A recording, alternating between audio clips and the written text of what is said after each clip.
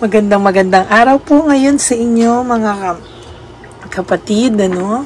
So ngayon po tayo po ay magbabasa ng reading para sa inyong lahat, no? Ayan. So kamusta po ang inyong mga puso? No? Kamusta po ang inyong mga puso, mga kapatid, sa mga oras na to? Sana po kayong lahat ay nasa maayos na kalagayan. So, meron pong nahulog na 3 cards, ano? Give up, no? Yan. Overwhelm, overstress, no? Recovery, clarity. Malamang itong tao po ay sumuko, no? Overstress siya ngayon. Pagod na pagod siya sa pakiramdam niya, no? Tapos, ikaw naman po ay may clarity ngayon, ano? Ikaw ay parang magaan ang pakiramdam mo ngayon. There's joy, there's determinado ka na mag-move on.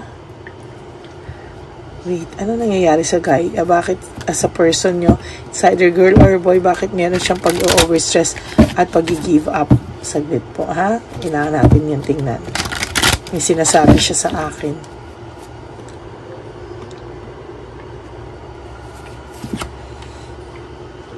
Lack of direction, conflict. Wow! First time, oh? Lack of direction, lack of direction, conflict, and no direction, unpredictable, no? So, ang tao pong ito ay masasabi kung bakit kaya siya nakakarma ngayon, no? Meron nangyayari sa buhay niya na wala ng direksyon bigla. Pwedeng itong taong to ay nalululun sa bisyo or nalululun sa sugal or nalululun sa babae na piniperahan din siya or basta wala pong direksyon ngayon ang buhay nito. Anong nangyari, ha? 8. Bakit siya nakakarma ngayon? Oh my God! Yun na lang ay title natin. Bakit siya nakakarma ngayon? Ano? So, nakikita niya po dito, no, na lahat ng paninira niya sa inyo, lahat ng pagbabaliktad niya po sa inyo, ay hindi umepekto, no? Siniraan ka po nito sa mga tao, or binaliktad ka po nito sa mga tao, pero hindi po umepekto.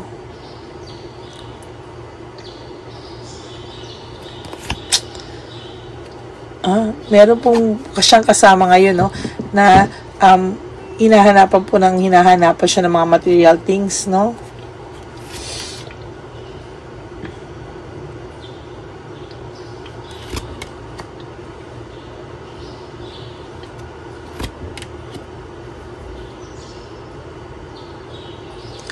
May resentment po siya ngayon.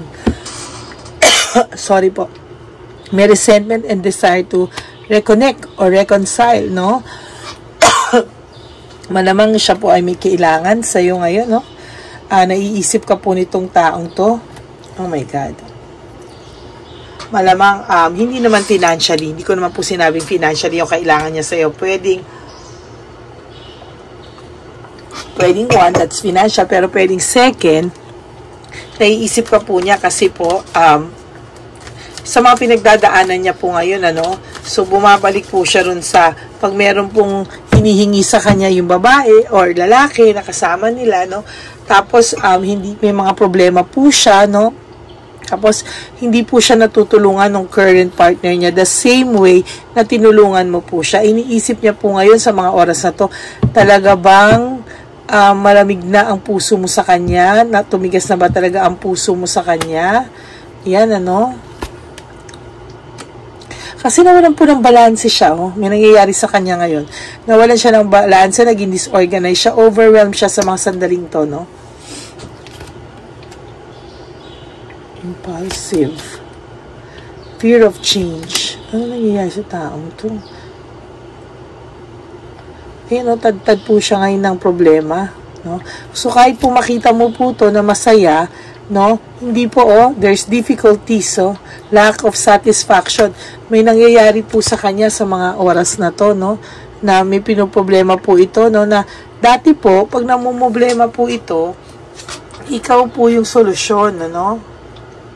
Tapos po nababanggit niya rin po doon sa kasama niya ngayon, no, na kaya medyo may jealousy, no, kasi sasabihin niya, dati si ganito tinutulungan ako, dati si ganito sinusolve niya yung problema ko, dati si ganito. Kaya sabi po ng babae or nung lalaki, doon ka, ayan, pero hindi po no. So, alam niya po na may rejection na from you or resentment, no. May resentment tong lalaking to o tong babaeng to, no. Tapos, ayan po yung rejection, no.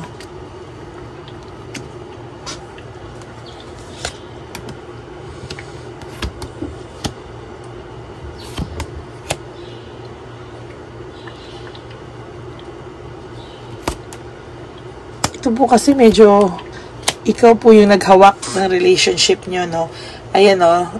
Ikaw po yung nag-secure sa relasyon nyo, oh. Kaya ngayon, nung nawala ka o nung iba na po yung ka-relationship niya, no? Ayan, may sadness, may loneliness, no? Pero akala mo napakasaya nila. Akala mo sobrang happy sila, but no, hindi po.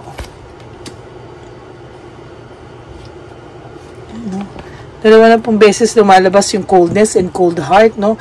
So, iniisip po ng taong to na, tumigas na ba talaga yung puso mo sa akin? Na malamang, dapat patigasin namin kasi, ayan, no, nagbago ka na daw po ba? Yan, hindi ka na daw po ba yung dati na isang lapit niya lang sa'yo, nag-aaligaga ka na agad tumulong, no? Isolve yung problema niya, no? Ngayon, kung ano yung naramdaman niya sa inyong boredom nung araw, no, na nawalan siya ng gana sa inyo, naboboard na siya, ganyan. Ngayon, ayan po, makikita niyo po, siya naman po yung naboboard ngayon sa kasama niya, kasi po, ugali niya na po ito, no, maboboard din po siya doon, pagkatapos po, ngayon na naboboard siya, hinahanap-hanap ka niya, kasi dati, ang sarap daw ng buhay niya, no, ikaw ang kapiling niya, no, o, yan ang karma niya. So, bakit siya nakakarma ngayon? Dahil sa ginawa niya po sa inyo. Dahil sa pag-ghost niya sa'yo, sa pakikipaghiwalay niya sa'yo, or pagpili niya po sa ibang tao over you.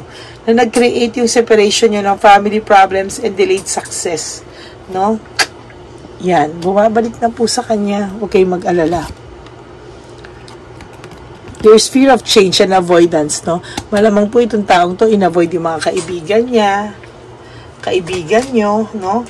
Na nagko-connect sa inyo, no? Kasi sa totoo lang mababalitaan niyo po, no, yung totoong nangyayari sa kanya. Meron din po siya mga kakampi na magpapabalita kunwari masaya siya, pero no, hindi po, no. Immature po yung naging kapalit nyo, immature po, may pagka-rude, ang layo po sa inyo, no. Biglaan din po talaga itong nangyari, no. And then, he has emptiness and emotional loss. Sa mga sandaling to, no? May emotional loss siya, oh. Oh my. Ginusto mo yan. Lack of commitment, no? So, siya, itong taong to, sorry to say, lagi itong may lack of commitment, no? Lagi siyang ganyan, no? Hindi siya kahit kanino titino, no? So, yung ginawa niya sa'yo, kapatid, ha? Take note, yung ginawa niya sa'yo, kapatid, ginagawa at gagawin niya rin dun sa pumalit sa'yo. No? This is just a cycle, no? Bumabalik na. Ayan, no? Lack of commitment, meaning, hindi din siya ganun ka-committed, no? At hindi siya magiging committed sa kahit kanino, no? Mas okay pa nga nung nandun siya sa'yo kasi there's commitment talaga, no? Nagsimula naman kayo ng okay, di ba? Ay, nako. Kasi, hindi na to, no? Pag na-board siya, lipat ng lipat? Parang, pagka hindi niya na nakuha yung happiness, spark, lilipat ulit siya. Wala talaga to. This is lack of commitment talaga, kapatid. And you deserve someone better, no? Yung makakapagpasaya sa'yo, yung marunong ng commitment, ayan, there's fresh start. Dapat magsimula ka daw ng bago sa buhay mo. Fresh start, optimistic, fun, fulfillment. Dapat, kapatid, no? Ayan, no? Kailangan mong magsimula ng bagong buhay, no? Kahit mahirap daw, every day, you live one day at a time, no? Huwag mong, paano yung birthday ko, wala nang ganito, paano yung Pasko, bagong taon, malahat ng okasyon, wala na siya. No, wag mo isipin yun. You live one day at a time. So, ngayon lang munang araw na to. Kailangan ngayong araw na to, makakasurvive ako. Ngayong araw na to, gigising ako at kailangan matulog akong okay ako. Makakasurvive ako, no? Kahit pa po sabihin mo na namamahay siya dyan sa utak mo, it's okay, no? Kasi, namamahay ka rin naman yun sa utak niya, no? Gigil, pwedeng iba dito kasi gigil na gigil sa inyo, no? Yung iba, no? There's weakness and manipulation kasi ito po ay minanipula ka, no? Yung kahinaan mo, yung kabutihan mo, minanipula niya, no? Tapos ngayon, ganun-ganun lang, no? Ngayon, iisipin niya na, yung time na nasa kanya ako, sa ng buhay ko. Siyempre, ngayon, galaiting-galaiti sa yung babaita, or yung lalaki, nung kung sino man yung person nyo, galit na galit sa inyo. Kasi, iniisip niya na, bruhang to, wala na nga sa buhay, naagaw ko na, pero naiisip ka pa rin po, no? Tapos, nakikita niya rin, personally, na walang initiative din, no? Wala ring effort sa relationship nila. Walang effort at all.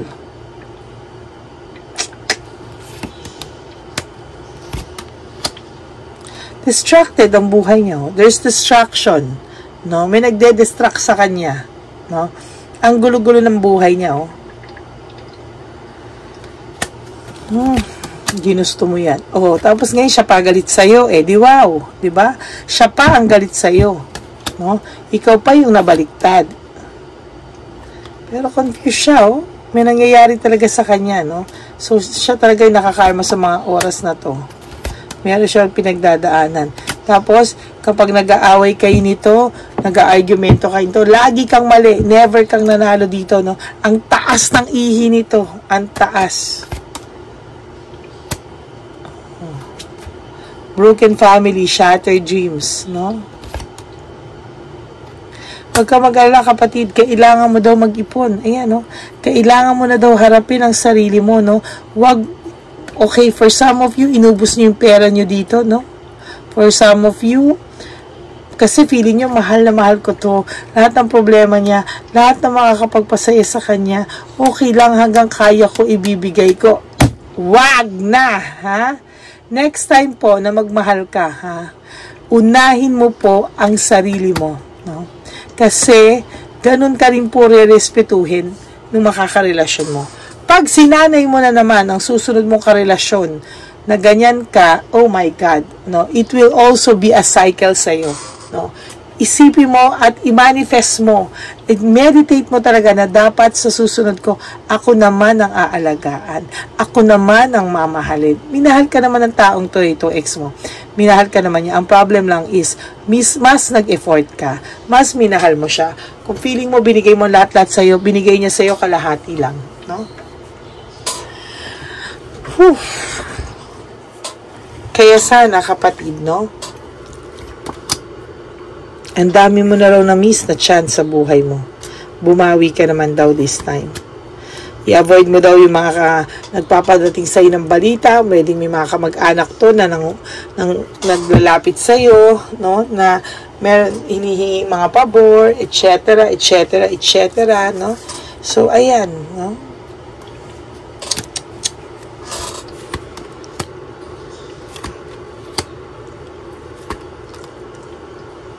There will come a time you will be happy, no? Don't lose hope. Huwag kang mawala ng pag-asa, no? Darating ang araw, no? Self-confidence, no? Ang lalaking to ay kampante, no? Pinagmamalaki niya pa sa buong mundo na hindi ka makaka-move on sa kanya.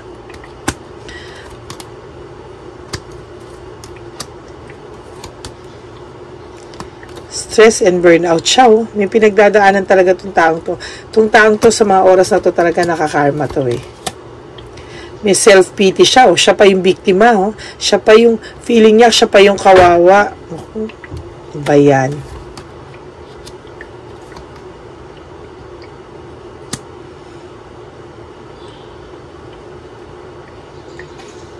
Ayan,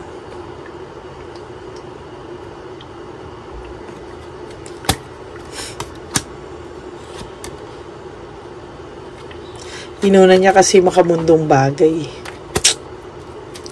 Hindi ka niya pinahalagahan ng bandang huli na eh. Oh. Sakit magsalita. Pagod ka na dito. Lahat binigay mo na. Tapos, ang sakit pa magsalita. Parang inapakan na yung buong pagkatao mo. Inapakan pa yung pagkababae mo. Ano pang natira? Ikaw naman, sige lang, kaya ko pa eh. Ganyan, no? Parang bigay ka ng bigay sa relasyon nyo. Hanggang sa huli, ikaw na yung naubos. Naubos sa lahat ng pamamaraang alam natin. Wala kang tinira sa sarili mo eh. No?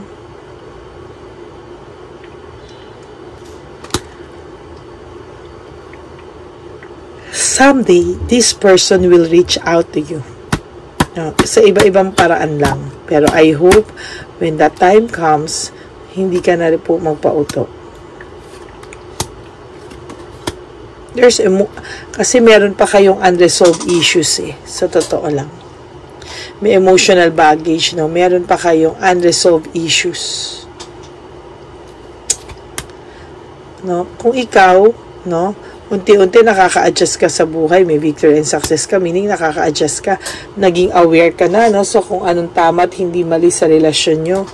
No? Pero siya, na-stuck siya sa vision na hindi ka makaka-move on sa kanya. And talagang mini-meditate ka niya, kinukuha niya yung mental energy mo na hindi ka makaka-move on sa kanya. Kaya lagi mo siyang naiisip. Pero tuloy mo lang kapatid, tuloy mo lang, ha? Yung kinakasama niya sa'yo ngayon na insecure, nasa iyo na, kinuha mo na, may insecure ka pa, ano pang gusto mo? So, ikaw, magkakaroon ka ng peace of mind. Kahit naiisip mo tong taong to, no? Kahit naiisip mo pa tong taong to, mararamdaman mo pa rin yung dapat, yung peace of mind, piliin mo over anything else. Ayan, no? Ikaw daw ang magpapahirap sa sarili mo kung hindi ka aalis sa ganitong sitwasyon. Ikaw na daw ang nagpapahirap sa sarili mo kung ito-tolerate mo pa at ang alam mo naman kung ano ang tama. Ouch. Diba mga kapatid?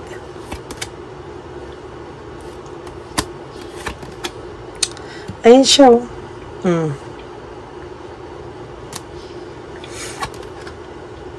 No right choice. Whew. So, kailangan mo raw talaga magbigay ng beginnings and fresh start para sa sarili mo, no? Kasi, shucks, talaga may pinagdadaanan siya, disappointed siya talaga ngayon. Okay? Magkakaroon po ako ng situational ulit, no? Titingnan natin kung based sa aking readings, no? So, titingnan natin kung ano yung nangyayari sa kanila, no? Kasi gusto kong makita per situation, ano yung naging karma niya, no? Iba-ibang situation, ano? Gusto kong makita 3 sitwasyon ng karma ng taong ito sa persons nyo, no? Para medyo mas detalyado, no? So, ano yung karma niya? Ano ang nararanasan niya?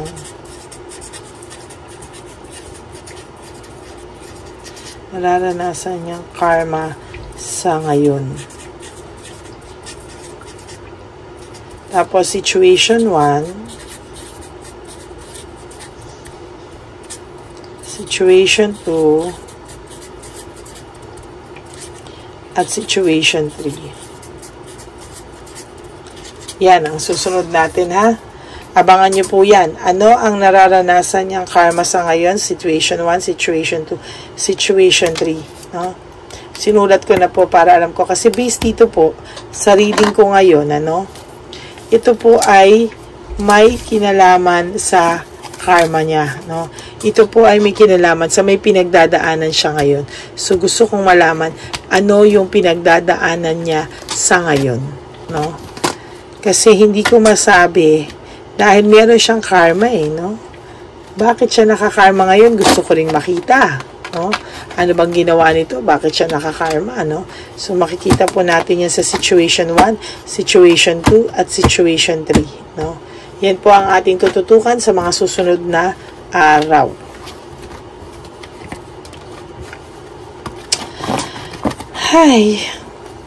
Siguro, mga kapatid, deserve na po niya yan eh. Ano nangyayari sa kanya, no?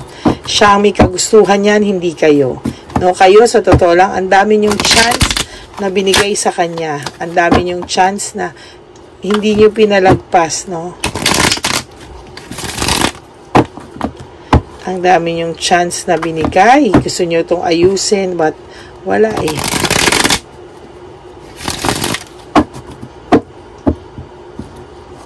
Yan. Okay? So, yan po ang ating reading for today. Parang introduction pa lang po ito. No? So, bakit siya nakakarma ngayon? So, magkakaroon tayo ng situational after this po. No? Maraming pong salamat sa panonood nyo. At sana po kahit anong oras ako mag-upload, abangan nyo po yung upload ko. Kasi sa totoo lang, wala na pong oras kung ano ako nag-upload sa umaga halimbawa, umaga or hapon or gabi, hindi ko po masabi. So, please, no, sana po kahit anong oras akong mag-upload, please watch po, no, yung ating video, no po. Yan. So, maraming pong salamat sa inyo. And may God bless you all, no. At sana po ay maging masaya kayo sa araw na ito, no. So, yun. Thank you very much po and may God bless you. I love you all, my subscribers. My Lady Elena's family, I love you all and may God bless us all for today. I love you all. Bye!